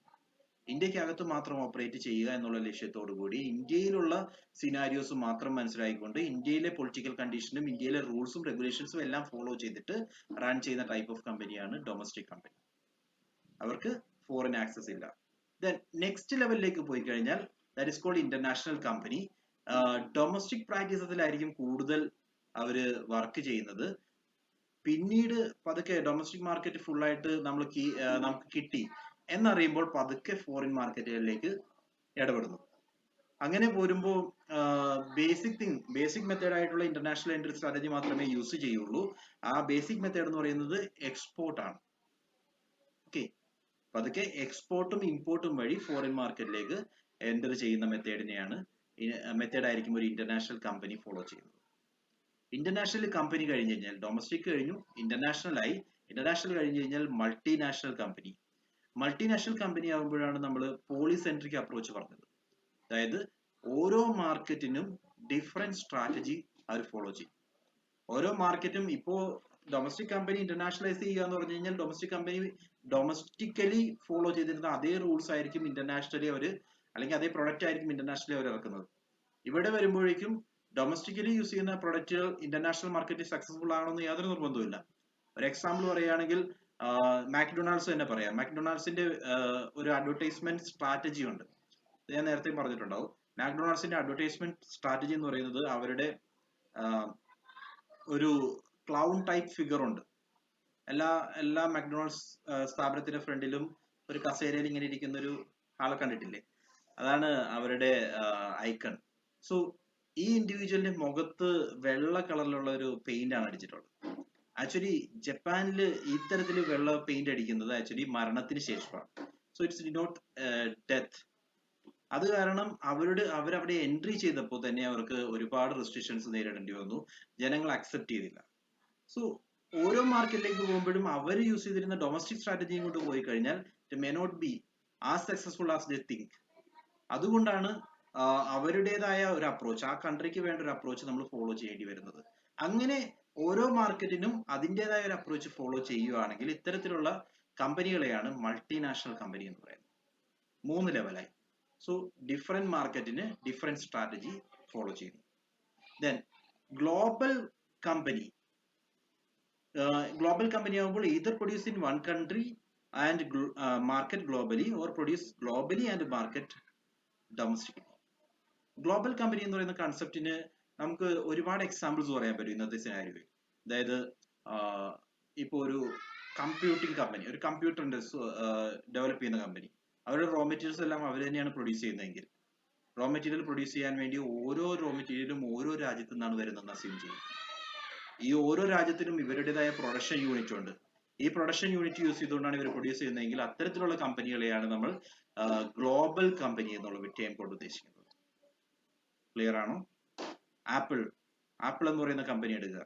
ആപ്പിൾ കമ്പനിയുടെ അസംബ്ലിംഗ് യൂണിറ്റ് അത് ചൈനയിലായിരിക്കും. മാനുഫാക്ചറിംഗ് യൂണിറ്റ് എന്ന് പറയുന്നത് ചൈനയിലായിരിക്കും. അതിന്റെ ഫൈനൽ ടച്ച് ഒക്കെ വേറൊരു കൺട്രിയിലായിരിക്കും. സോ ഓരോ പ്രൊഡക്റ്റും ഓരോ ഏരിയയും ഓരോ സ്ഥലത്തു നിന്നാണ് വരുന്നതെന്ന് വിചാരിക്കുക. അസ്യൂം ചെയ്യുക. I'm not sure about it. ആപ്പിളിന്റെ കാര്യത്തിൽ എനിക്ക് ഉറപ്പില്ല, ബിക്കോസ് ചൈനയാണ് മൊത്തമായിട്ട് ചെയ്യുന്നത്. ചെറിയ ചില പ്രൊഡക്ട്സ് മാത്രം പുറത്തുനിന്ന് വരുന്നെങ്കിൽ മാത്രമേ ഉള്ളൂ. സോ അങ്ങനെ പല കൺട്രിയിൽ നിന്ന് ഡെവലപ്പ് ചെയ്തിട്ട് എല്ലാ കൺട്രിയിലും ഇവർക്കൊരു റോൾ ഉണ്ട്, ഈ കമ്പനിക്ക് ഒരു റോൾ ഉണ്ട്. ആൻഡ് പതുക്കെ ഫൈനൽ പ്രൊഡക്റ്റ് ചെയ്യുന്നത് ചിലപ്പോൾ ഒരു മാർക്കറ്റിന് വേണ്ടിയായിരിക്കും. ക്ലിയർ? ഒരു മാർക്കറ്റിന് വേണ്ടിയായിരിക്കും ഇവരെല്ലാ പ്രൊഡക്ട്സും ഡെവലപ്പ് ചെയ്യുന്നത്. Produce globally. Okay, market. റോണിയംസിന്റെ ക്വസ്റ്റ്യൻ എന്തായിരുന്നു? Market domestically. സോ ഈ സെയിം തിങ് എന്ന് പറയുന്നത് ചിലപ്പോൾ ലാർജ് സ്കെയിൽ ഓപ്പറേഷൻസ്, ഏതെങ്കിലും ഒരു മിഷനറി പ്രൊഡ്യൂസ് ചെയ്യുന്നതാകാം. ആ മിഷനറി, ഒരു എക്സാമ്പിൾ പറയുകയാണെങ്കിൽ ഒരു വലിയൊരു മിഷനറി, ഈ മിഷനറി ആവശ്യമുള്ളത് ഒരേ ഒരാൾക്ക് വേണ്ടി മാത്രമാണ്, നാസയ്ക്ക് വേണ്ടി മാത്രമാണെന്ന് വിചാരിക്കാം. സോ ഈ നാസയ്ക്ക് വേണ്ടി ഈ മെഷീൻ പ്രൊഡ്യൂസ് ചെയ്യണമെങ്കിൽ പലയിടത്തതായിട്ട് പ്രൊഡ്യൂസ് ചെയ്യേണ്ടി വരും. പക്ഷെ മാർക്കറ്റ് ചെയ്യപ്പെടുന്നത് ആകെ ഒരു ബയ്യറേ ഉള്ളൂ നിങ്ങൾക്ക്, അത് നാസയാണ്. സോ വിൽക്കുന്നത് ഡൊമസ്റ്റിക്കലി ആണ്. ആ രീതിയിൽ ആവുന്ന കമ്പനികൾ. ക്ലിയർ അല്ലേ? സോ അതേപോലെ രണ്ട് അപ്രോച്ചസ് നമുക്ക് പറയാൻ പറ്റും. ഒന്നാമത്തത് പ്രൊഡ്യൂസ് ചെയ്യുന്നത് ഒരു കൺട്രിയിൽ നിന്നും മാർക്കറ്റ് ചെയ്യുന്നത് പല കൺട്രികളിലേക്കും പോകാം. Okay, that is simple. രണ്ടാമത്തത് എന്ന് പറയുന്നത് പ്രൊഡ്യൂസ് ചെയ്യുന്നത് പല കൺട്രികളിൽ നിന്നാകാം. അൾട്ടിമേറ്റ്ലി മാർക്കറ്റ് എന്ന് പറയുന്നത് ഒരാളായിരിക്കും ചിലപ്പോൾ, അങ്ങനെയും വരാം. സോ ഇത് രണ്ടും പോസിബിൾ ആണ്. ഇത്തരത്തിലുള്ള കമ്പനികളാണ് ഗ്ലോബൽ കമ്പനീസ് എന്ന് പറയുന്ന ടേം കൊണ്ട് ഉദ്ദേശിക്കുന്നത്. Then next one is transnational company. Produces, markets, invest and operates across the world. So difference between global and multinational company. Multinational company എന്ന് പറയുന്നത് സ്ട്രാറ്റജി ബേസ് ചെയ്തിട്ടാണ് നമ്മൾ അതിനെ പ്രധാനമായിട്ടും പറയുന്നത്. അതായത് ബേസിക്കലി മാർക്കറ്റിംഗ് സ്ട്രാറ്റജിയാണ്, അതേപോലെ പ്രൊഡക്റ്റ് സ്ട്രാറ്റജിയാണ് ഇതിനകത്ത് വരുന്നത്. ഗ്ലോബൽ കമ്പനി എന്ന് പറയുന്നത് അവരുടെ അൾട്ടിമേറ്റ് എയിം എന്ന് പറയുന്നത് പല കൺട്രിയിൽ ഈ പ്രൊഡക്റ്റ് പ്രൊഡ്യൂസ് ചെയ്യുന്നു. അങ്ങനെ ഒരു കണ്ടീഷനെ നമ്മൾ മറ്റിനകത്ത് പറയുന്നില്ല. പല കൺട്രിയിൽ പ്രൊഡ്യൂസ് ചെയ്തിട്ട് ഒരു മാർക്കറ്റിൽ വിൽക്കുന്നു, ഒന്നാമത്തെ കേസ്. അല്ലെങ്കിൽ ഒരു മാർക്കറ്റ് വിറ്റിട്ട് പല കൺട്രികളിലായിട്ട് ഇതിന്റെ മാർക്കറ്റ് ഉണ്ടായിരിക്കണം. അതൊരു സെക്കൻഡ് ലെവലിലേക്ക് പോയി കഴിഞ്ഞാൽ ഈക്വൽ ടു മൾട്ടിനാഷണൽ കമ്പനി ആയി പോകും. സോ ഫസ്റ്റ് ടൈം മാത്രം ഓർക്കുക, ഒരു കമ്പനി പല കൺട്രികളിലായിട്ട് പ്രൊഡക്ഷൻ നടത്തുകയാണ്. അൾട്ടിമേറ്റ് അസംബ്ലിക്ക് മാത്രമായിരിക്കും വേറൊരു കൺട്രി ചെയ്യുന്നത്. ആ രീതിയിലുള്ള കമ്പനികളെയാണ് ഗ്ലോബൽ കമ്പനീസ് എന്ന് പറയുന്നത്. മൾട്ടിനാഷണൽ എന്ന് പറയുമ്പോൾ സ്ട്രാറ്റജി വെച്ച് ഓരോ ഏരിയയിലും ഇവർ പ്രൊഡ്യൂസ് ചെയ്യുന്ന എവിടെ ആയിക്കോട്ടെ, മാർക്കറ്റിംഗ് സ്ട്രാറ്റജീസ് ഡിഫറെന്റ്. ഓരോ രാജ്യത്തിനും അവരവരുടേതായ മാർക്കറ്റിംഗ് സ്ട്രാറ്റജി ഐഡന്റിഫൈ ചെയ്യുകയാണെങ്കിൽ അവരെയാണ് മൾട്ടിനാഷണൽ കമ്പനീസ് എന്ന് പറയുന്നത്. ഓക്കെ, കൺഫ്യൂഷൻ ഉണ്ടോ നീമ?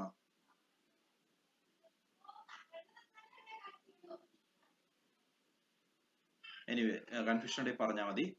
നമ്മൾ അടുത്തതിലേക്ക് പോകുന്നു. ട്രാൻസ്നാഷണൽ, ഗ്ലോബലി അവർക്കൊരു വ്യൂ ഉണ്ടാവും. ലോകം മൊത്തം പലയിടത്തായിട്ട് പല മാർക്കറ്റിംഗ് സ്ട്രാറ്റജീസ്, പല പ്രൊഡക്ട്സ്, പല ഇൻവെസ്റ്റ്മെന്റ് ഓപ്പർച്യൂണിറ്റീസ് അവർ ത്രൂ ഔട്ട് ഇൻവെസ്റ്റ് ചെയ്യുന്നു, പലയിടത്തായിട്ട് ഇൻവെസ്റ്റ് ചെയ്യുന്നു.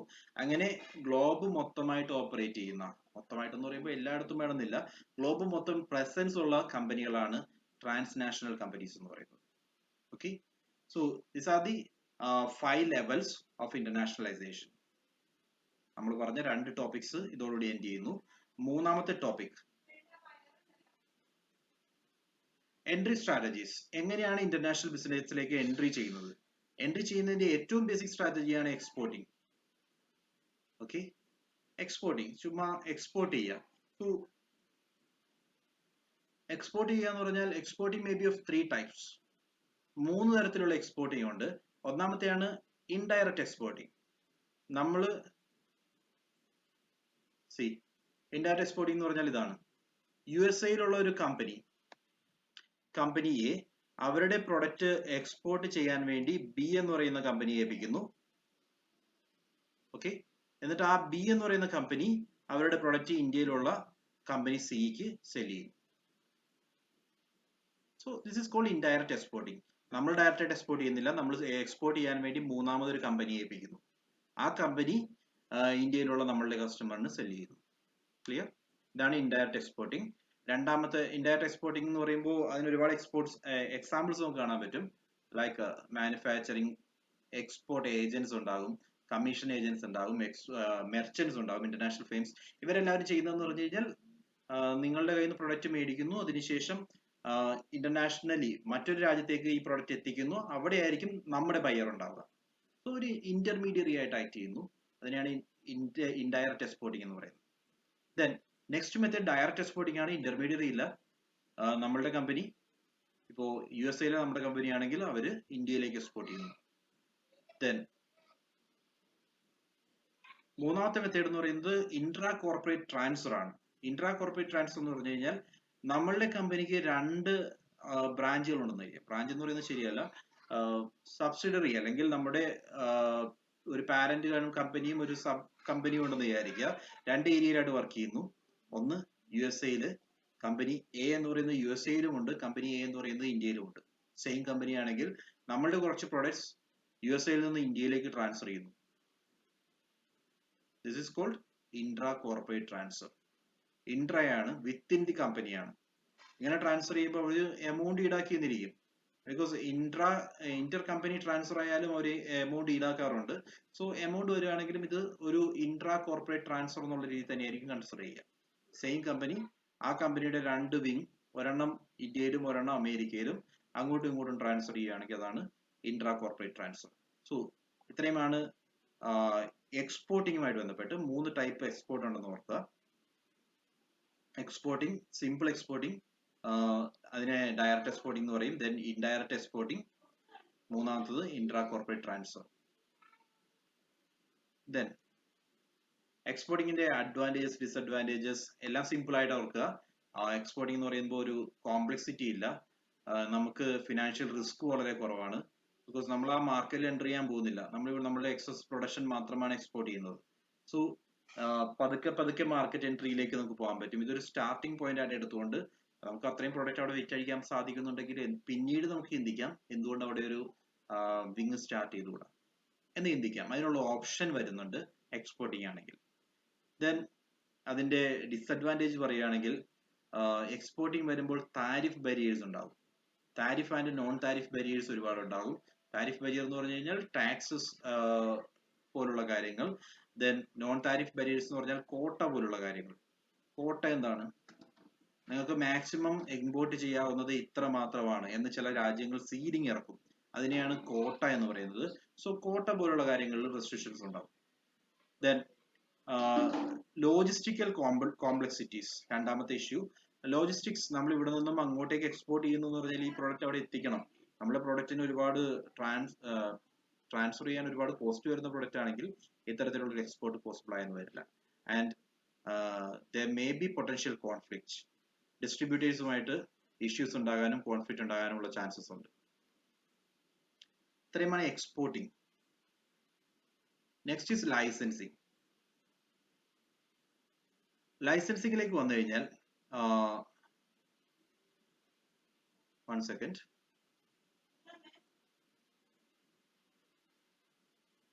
ഓക്കെ, ഒരു നെറ്റ് ഇഷ്യൂ എന്നതാണ്.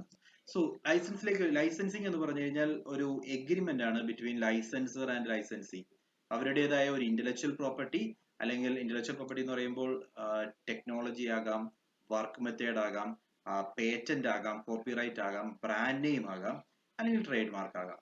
അങ്ങനെയുള്ള കാര്യങ്ങൾ ഉപയോഗിക്കാനുള്ള ഒരു അവകാശം ട്രാൻസ്ഫർ ചെയ്യുന്നു. സോ അവർ ഓപ്പറേറ്റ് ചെയ്യുന്നത് ഈ പറയുന്ന ലൈസൻസറുടെ അവരുടെ ഇന്റലക്ച്വൽ പ്രോപ്പർട്ടി ഉപയോഗിച്ചുകൊണ്ടും ട്രേഡ് മാർക്ക് ഉപയോഗിച്ചുകൊണ്ടും അല്ലെങ്കിൽ അവരുടെ കോപ്പിറൈറ്റ് ഉപയോഗിച്ചുകൊണ്ടായിരിക്കും ഈ കമ്പനി വർക്ക് ചെയ്യുന്നത്. സോ ലൈസൻസ് എടുക്കുക എന്ന് പറയില്ലേ, അവരുടെ ഇപ്പോ എക്സാമ്പിൾസ് പറയാവുന്ന എന്താണ് ലൈസൻസിങ്ങിന്? അവരുടെ ബ്രാൻഡ് നെയിം യൂസ് ചെയ്യാനുള്ള ലൈസൻസ് ആണ് എടുക്കുന്നതെങ്കിൽ അവരുടെ ബ്രാൻഡ് നെയിം യൂസ് ചെയ്തുകൊണ്ട് നമുക്ക് നമ്മളുടെ പ്രൊഡക്ട്സ് സെല് ചെയ്യാൻ സാധിക്കും. That's wear licensing and franchising is different. Licensing എന്ന് പറയുമ്പോൾ അവരുടെ ബ്രാൻഡ് നെയിം നമ്മൾ എടുക്കുന്നു, ദെൻ അവരുടെ പ്രൊഡക്ട്സ് നമുക്ക് ഇഷ്യൂ ചെയ്യാം, അല്ലെങ്കിൽ നമുക്ക് നമ്മളുടേതായ പ്രൊഡക്ട്സും ഇഷ്യൂ ചെയ്യാനുള്ള പെർമിഷൻ മേടിക്കാം. അൺലെസ് അതർവൈസ് സ്റ്റേറ്റഡ്, ഉപയോഗിക്കാൻ പാടില്ല എന്ന് പ്രത്യേകം പറഞ്ഞിട്ടുണ്ടെങ്കിൽ മാത്രമേ ലൈസൻസിങ്ങിനകത്ത് ഉപയോഗിക്കാൻ പറ്റാത്ത സിറ്റുവേഷൻ വരുള്ളൂ. വേറസ് ഫ്രാഞ്ചൈസിങ് ആണെങ്കിൽ, ഇതെല്ലാം ബ്രീഫ് ചെയ്ത് വിടുവാണ്. ലൈസൻസിങ് ഡൗട്ട്സ് ഉണ്ടെങ്കിൽ നമുക്കത് പിന്നീട് ക്ലിയർ ചെയ്യാം. ലൈസൻസിങ് എന്ന് പറയുന്നത് എങ്ങനെയാ വർക്ക് ചെയ്യുന്നത് ഞാൻ പറഞ്ഞു. ഇന്റലക്ച്വൽ പ്രോപ്പർട്ടി യൂസ് ചെയ്യാൻ വേണ്ടി ലൈസൻസിക്ക് ഒരു അവകാശം കൊടുക്കുന്നു, അതിന്റെ പേരിൽ ഒരു റോയൽറ്റി ഈടാക്കും. മീൻസ് ഇത്ര എമൗണ്ട് തരുമ്പോൾ അതിന്റെ പേരിൽ നിങ്ങൾക്ക് ഞങ്ങളുടെ ഇന്റലക്ച്വൽ പ്രോപ്പർട്ടി യൂസ് ചെയ്യാം, ഞങ്ങളുടെ നെയിം യൂസ് ചെയ്തുകൊണ്ട് നിങ്ങൾക്ക് ഈ പ്രൊഡക്റ്റ് വിൽക്കാം എന്നുള്ള ഒരു എഗ്രിമെന്റ് ആണ് ആക്ച്വലി ലൈസൻസിങ് പ്രൊസീജിയർ കൊണ്ട് ഉദ്ദേശിക്കുന്നത്, ലൈസൻസിങ് കൊണ്ട് ഉദ്ദേശിക്കുന്നത്. ലൈസൻസിങ് വരുമ്പോഴുള്ള അഡ്വാൻറ്റേജസ് എന്ന് പറയുന്നത് ഫിനാൻഷ്യൽ റിസ്ക് കുറവാണ്. ആൻഡ് ലൈസൻസിങ്ങിന് ഫ്രാഞ്ചൈസിങ്ങുമായിട്ട് കമ്പയർ ചെയ്യുമ്പോൾ നമ്മൾ സ്പെൻഡ് ചെയ്യേണ്ട എമൗണ്ട് കുറവാണ്. ദെൻ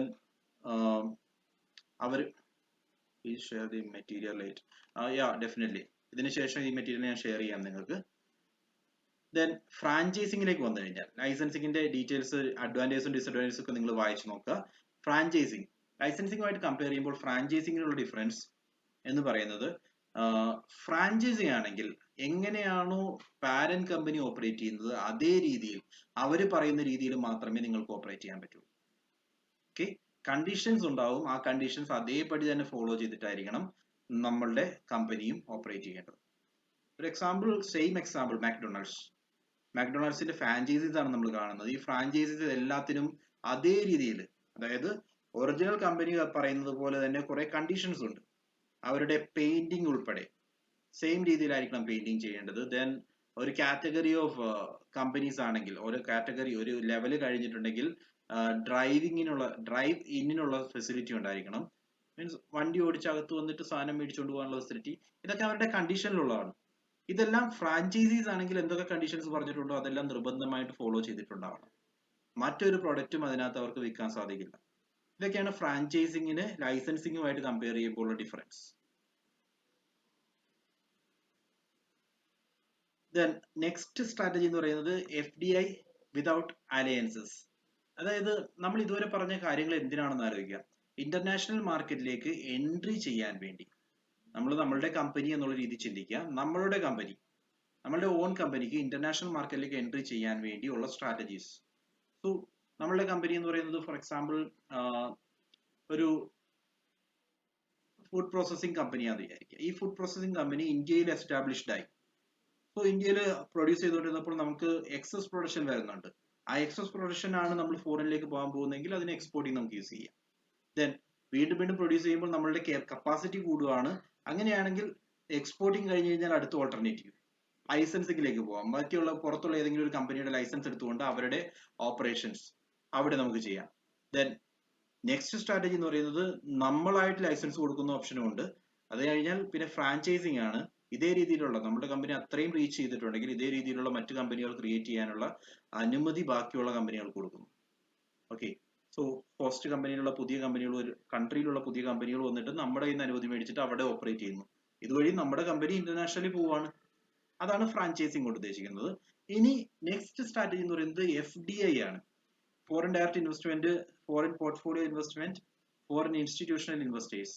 ഇത് തമ്മിലുള്ള ഡിഫറൻസസ് നമ്മൾ കഴിഞ്ഞ ക്ലാസ്സിൽ പറഞ്ഞതാണ്, കഴിഞ്ഞ സെഷനിൽ.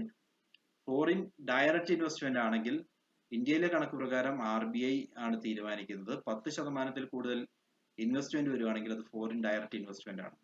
ഓക്കെ, 10% താഴെയാണെങ്കിൽ അത് ഫോറിൻ പോർട്ട്ഫോളിയോ ഇൻവെസ്റ്റ്മെന്റ് ആണ്. ഷെയറിലാണ് ഇൻവെസ്റ്റ് ചെയ്തിരിക്കുന്നത്. അങ്ങനെ ചിന്തിക്കുള്ളൂ. ദെൻ ഇൻസ്റ്റിറ്റ്യൂഷണൽ ഇൻവെസ്റ്റേഴ്സ് എന്ന് പറഞ്ഞു കഴിഞ്ഞാൽ ഇന്റർമീഡിയറീസ് ആണ്. ഡയറക്റ്റ് ആയിട്ട് ഇൻവെസ്റ്റ് ചെയ്യാതെ ഇന്റർമീഡിയറീസ് അവർക്ക് വേണ്ടി ഇന്ത്യയിൽ വന്ന് ഇൻവെസ്റ്റ് ചെയ്യുകയാണെങ്കിൽ അതിനെയാണ് ഫോറിൻ ഇൻസ്റ്റിറ്റ്യൂഷണൽ ഇൻവെസ്റ്റേഴ്സ് എന്ന് പറയുന്നത്. ഓക്കെ, ഇതെല്ലാം നമ്മൾ ലാസ്റ്റ് ക്ലാസ്സിൽ പറഞ്ഞതാണ്. സോ FDI വഴി നമ്മൾ എൻട്രി ചെയ്യുകയാണെങ്കിൽ രണ്ട് ഓപ്ഷൻസ് ഉണ്ട്. ഒന്ന് FDI വിത്തൗട്ട് അലയൻസസ്, രണ്ട് FDI വിത്ത് അലയൻസസ്. FDI വിത്തൗട്ട് അലയൻസസ് ആണെങ്കിൽ, അതായത് ഒന്ന് ആലോചിച്ച് നോക്കുക, നമ്മൾ FDI നടത്തുവാണ്, അവിടെയുള്ള ഒരു കമ്പനികളുമായിട്ട് യാതൊരു അലയൻസും ഇല്ലെങ്കിൽ കംപ്ലീറ്റ് എമൗണ്ടും നമ്മൾ തന്നെ വഹിക്കേണ്ടി വരും. അങ്ങനെ വരുമ്പോൾ ഗ്രീൻഫീൽഡ് സ്ട്രാറ്റജി ആയിരിക്കും നമ്മൾ യൂസ് ചെയ്യുന്നത്. ഗ്രീൻഫീൽഡ് സ്ട്രാറ്റജി എന്ന് പറഞ്ഞു കഴിഞ്ഞാൽ ഒരു കമ്പനി അതിന്റെ സ്ക്രാച്ച് തൊട്ട് വളർത്തിയെടുത്തുകൊണ്ട് വരുന്ന സ്ട്രാറ്റജിയാണ് ഗ്രീൻഫീൽഡ് സ്ട്രാറ്റജി എന്ന് പറയുന്നത്. ഓക്കെ, ഏറ്റവും ബേസ് തൊട്ട് ആ കമ്പനിയെ മൊത്തമായിട്ട് നമ്മൾ തന്നെ വളർത്തിക്കൊണ്ടുവരുന്നു. ഇതാണ് ഗ്രീൻഫീൽഡ് സ്ട്രാറ്റജി. സോ ഇന്റർനാഷണൽ ബിസിനസ്സിലേക്ക് എൻ്റർ ചെയ്യാനുള്ള ഒരു സ്ട്രാറ്റജിയാണിത്. അലയൻസുകൾ ഒന്നുമില്ലാതെ ഡയറക്റ്റ് FDI വഴി 100% FDIയോടുകൂടി നമ്മൾ മാർക്കറ്റിൽ ഇറങ്ങുന്നു. പക്ഷെ ഇതിനകത്ത് ഒരുപാട് ഫോൾട്ടുകളുണ്ട്. എന്തുകൊണ്ടാന്ന് വെച്ച് കഴിഞ്ഞാൽ ഒരു ഫോറിൻ മാർക്കറ്റിന്റെ പൊളിറ്റിക്കൽ സിറ്റുവേഷൻ നമുക്ക് പ്രെഡിക്റ്റ് ചെയ്യാൻ സാധിക്കില്ല. ദെൻ രണ്ടാമതായിട്ട് എത്രമാത്രം പ്രെഡിക്റ്റ് ചെയ്യാനും അത് 100% ആക്യുറേറ്റ് ആണെന്ന് നമുക്ക് പറയാൻ പറ്റില്ല. രണ്ടാമതായിട്ട് ഈ ഫോറിൻ മാർക്കറ്റിൽ നമ്മൾ പുതിയ ആൾക്കാരാണ്. സോ അതുകൊണ്ട് തന്നെ എത്രമാത്രം അതിനെപ്പറ്റി അറിയാം, ഈ ബിസിനസ് എത്രമാത്രം കേപ്പബിൾ ആണ്, അവിടുത്തെ റൂൾസ് ആൻഡ് റെഗുലേഷൻസ് ഫോളോ ചെയ്യാൻ പറ്റുമോ, ഇങ്ങനെയുള്ള ഒരുപാട് ക്വസ്റ്റ്യൻസ് FDI വിത്തൗട്ട് അലയൻസ് പോയി കഴിഞ്ഞാലുള്ള പ്രശ്നങ്ങളിൽ വരും. Okay, next is FDI with strategic alliance. FDI with strategic alliance ആണെങ്കിൽ നമ്മൾ ബാക്കിയുള്ള കമ്പനികളുമായിട്ട് കൊളാബറേഷനിൽ FDI വരുന്നു. ഫോറിൻ ഡയറക്റ്റ് ഇൻവെസ്റ്റ്മെന്റ് നമുക്ക് കൊണ്ടുവരാൻ താല്പര്യമുണ്ട്, പക്ഷെ മറ്റ് കമ്പനികളുടെ കൊളാബറേഷനോട് കൂടി മാത്രം ഫോറിൻ ഡയറക്റ്റ് ഇൻവെസ്റ്റ്മെന്റ് കൊണ്ടുവരികയാണെങ്കിൽ അതിനെയാണ് FDI വിത്ത് സ്ട്രാറ്റജിക് അലയൻസ് എന്ന് പറയുന്നത്. എക്സാമ്പിൾ പറയുകയാണെങ്കിൽ കുറെ ഇൻഷുറൻസ് കമ്പനീസിന്റെ എക്സാമ്പിൾ നമുക്ക് പറയാൻ പറ്റും ഇന്ത്യയിലേക്ക് വന്നിട്ടുള്ളത്. ലൈക്ക് HDFC സ്റ്റാൻഡേർഡ് ലൈഫ് എന്ന് പറയുന്ന ഫോറിൻ കമ്പനിയാണ്. HDFC എന്ന് പറയുന്ന ഇന്ത്യൻ കമ്പനിയാണ്. ഇവർ രണ്ടുപേരും കൂടി കൊളാബറേറ്റ് ചെയ്യുന്നു. എന്തുകൊണ്ടാണ്? അവർ ഡയറക്ട്ലി ഇന്ത്യയിൽ ഇറക്കാൻ സാധിക്കില്ല. 100% FDI അലോ ചെയ്തിട്ടുണ്ടായിരുന്നില്ല. അതുകൊണ്ട് ഇപ്പൊ അലോ ചെയ്തിട്ടുണ്ട് കോവിഡിന്റെ പശ്ചാത്തലത്തിൽ. അന്ന് അലോ ചെയ്തിട്ടുണ്ടായിരുന്നില്ല. സോ അവർക്ക് മാക്സിമം കൊണ്ടുവരാൻ പറ്റുന്നത് 74% ആയിരുന്നു. ആ 74% ഇവർ കൊണ്ടുവരുന്നു. ദെൻ ഇവിടെ ഉള്ള ഒരു കമ്പനിയുടെ ടൈപ്പോട് കൂടി മാത്രമേ ഓപ്പറേറ്റ് ചെയ്യാൻ സാധിക്കുള്ളൂ. മറ്റ് എക്സാമ്പിൾ ആണ് ICICI, Prudential, അങ്ങനെ പറഞ്ഞ ഒരുപാട് കമ്പനികളുണ്ട്, ബജാജ്, അലയൻസ്. സോ ഇതെല്ലാം ഇത്തരത്തിലുള്ള കൊളാബറേഷനോട് കൂടി, സ്ട്രാറ്റജിക് അലയൻസോട് കൂടി വർക്ക് ചെയ്യുന്നതാണ്. ഓക്കെ, FDI വിത്ത് സ്ട്രാറ്റജിക് അലയൻസ് എന്ന് പറഞ്ഞു കഴിഞ്ഞാൽ ഇതൊക്കെയാണ്. സ്ട്രാറ്റജിക് അലയൻസ് വരുമ്പോൾ പല രീതിയിലുണ്ട്. First is merger. മെർജർ എന്ന് പറയുമ്പോൾ ഒന്നിൽ കൂടുതൽ കമ്പനികൾ ജോയിൻ ചെയ്യുന്നു.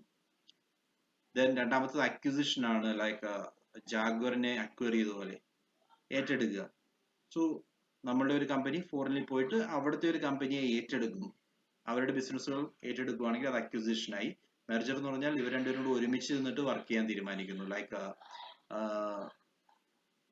എക്സാമ്പിൾ പറയുകയാണെങ്കിൽ മാരുതി സുസുക്കി വർക്ക് ചെയ്തിരുന്നത് ഒരു മെർജർ എന്നുള്ള രീതിയിലാണ്. ദെൻ ജോയിന്റ് വെഞ്ചേഴ്സ് എന്ന് പറയുമ്പോൾ ദെൻ അഗെയിൻ ഇവിടെ വരുമ്പോഴേക്കും രണ്ടോ അതിലധികമോ പാർട്ടീസ് ജോയിൻ ചെയ്തിട്ട് പുതിയൊരു ഓപ്പറേഷൻ സ്റ്റാർട്ട് ചെയ്യുന്നു. അതായത് നമ്മളുടെ കമ്പനിക്കും മറ്റൊരു കമ്പനിക്കും ഈ പറയുന്ന പുതിയ ഏരിയയിൽ ബിസിനസ് ഇല്ല. ഇവർ രണ്ടുപേരും കൂടി ജോയിൻ ചെയ്തിട്ട് പുതിയൊരു ഏരിയയിൽ പുതിയ സ്ട്രാറ്റജി അഡോപ്റ്റ് ചെയ്തുകൊണ്ട് ബിസിനസ് എൻറ്റിറ്റി സ്റ്റാർട്ട് ചെയ്യുവാണെങ്കിൽ അതിനെയാണ് ജോയിന്റ് വെഞ്ചർ എന്ന് പറയുന്നത്. Okay, merger and acquisition examples പറയുന്നുണ്ട്. മെർജറിന് എക്സാമ്പിൾ ആണ് ING വൈസിയ കൊഡാക് മഹീന്ദ്രയായിട്ട് മെർജ് ചെയ്തത്. ദെൻ അക്വിസിഷൻ എക്സാമ്പിൾ ആണ് ഫ്ലിപ്കാർട്ട് മിന്ത്രയെ അക്വയർ ചെയ്തത്. സോ മെർജർ എന്ന് പറയുമ്പോൾ ഇവർ രണ്ടുപേരും ഒരുമിച്ചാവുകയാണ് ചെയ്യുന്നത്. അക്വിസിഷൻ എന്ന് പറഞ്ഞു കഴിഞ്ഞാൽ മിന്ത്ര എന്ന് പറയുന്ന കമ്പനി ഇപ്പോൾ ഫ്ലിപ്കാർട്ടിന്റെ കീഴിലാണ്. ജോയിന്റ് വെഞ്ചർ എന്ന് പറയുമ്പോൾ നമ്മൾ മറ്റൊരു കമ്പനിയുമായിട്ട് ഒത്തുചേർന്നുകൊണ്ടായിരിക്കും ബിസിനസ് ചെയ്യുക. ഇവിടെ വരുമ്പോൾ ബെനിഫിറ്റ്സ് ഉള്ളത് ഒരു കമ്പനിക്ക് ചിലപ്പോൾ ലോക്കൽ നോളജ് ഉണ്ടാവും. റിസ്ക് എന്ന് പറയുന്നത് കൺട്രോൾ, നമ്മുടെ കയ്യിൽ നിന്ന് കൺട്രോൾ മറ്റൊരു കമ്പനിയിലേക്ക് വിട്ടുപോകാനുള്ള ചാൻസസ് ഉണ്ട്. അതാണ് അതിന്റെ ഏറ്റവും വലിയ റിസ്ക്. ഇത്രയും കാര്യങ്ങളാണ് ഇന്നത്തെ സെഷൻ നമുക്ക് ഡിസ്കസ് ചെയ്യാനുള്ളത്. സോ എന്തെങ്കിലും ഡൗട്ട്സ് ഉണ്ടെങ്കിൽ ഒന്ന് കമന്റ് ചെയ്യുക, നമ്മൾ ഡീറ്റെയിൽ ചെയ്യാം.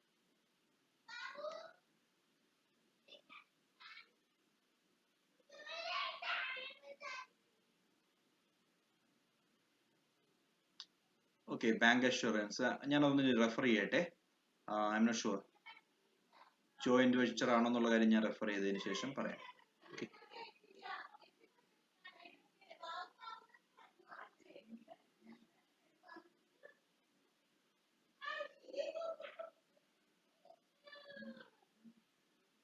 ഓക്കെ, നമ്മൾ പറഞ്ഞ ടോപ്പിക്സ് എല്ലാം ക്ലിയർ ആണോ? FDI വിത്ത് സ്ട്രാറ്റജിക് അലയൻസ് എന്ന് പറഞ്ഞു കഴിഞ്ഞാൽ FDI നമ്മൾ സിമ്പിൾ വേർഡ്സിൽ പറഞ്ഞു കഴിഞ്ഞാൽ FDI വിത്തൗട്ട് സ്ട്രാറ്റജിക് അലയൻസ് എന്ന് പറഞ്ഞു കഴിഞ്ഞാൽ നമ്മൾ ഒറ്റയ്ക്കാണ്. അത് നമ്മൾ വേറൊരു രീതിയിലും റിലേഷൻസ് വരുന്നില്ല. ഡയറക്ട്ലി എമൗണ്ട് കൊണ്ടുവന്ന് ഫോറിൻ മാർക്കറ്റിൽ ഇൻവെസ്റ്റ് ചെയ്യുന്നു. അവിടെ ഒരു മാനുഫാക്ചറിങ് യൂണിറ്റോ പ്രൊഡക്ഷൻ യൂണിറ്റോ നമ്മൾ സെറ്റപ്പ് ചെയ്യുന്നു, അതിനുശേഷം ബിസിനസ് റൺ ചെയ്യുന്നു.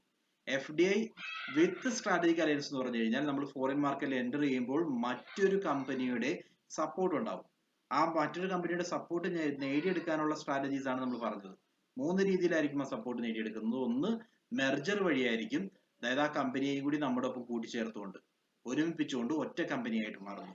രണ്ടാമത്തത് അക്വിസിഷൻ വഴിയായിരിക്കും, ആ കമ്പനിയെ നമ്മൾ ഏറ്റെടുക്കുന്നു. മൂന്നാമത്തത് ജോയിന്റ് വെഞ്ചർ, ഇവിടെ നമ്മൾ അങ്ങോട്ടും ഇങ്ങോട്ടും ഏറ്റെടുക്കുന്നൊന്നുമില്ല, നമ്മുടെ ഈ ഓപ്പറേഷന് വേണ്ടി രണ്ടുപേരും ഒരുമിച്ച് നിൽക്കുന്നു. ആ ഓപ്പറേഷൻ കഴിയുമ്പോൾ ജോയിന്റ് വെഞ്ചർ കഴിയും, പിരിഞ്ഞു പോകും. ഇതാണ് മൂന്നും തമ്മിലുള്ള ഡിഫറൻസ്.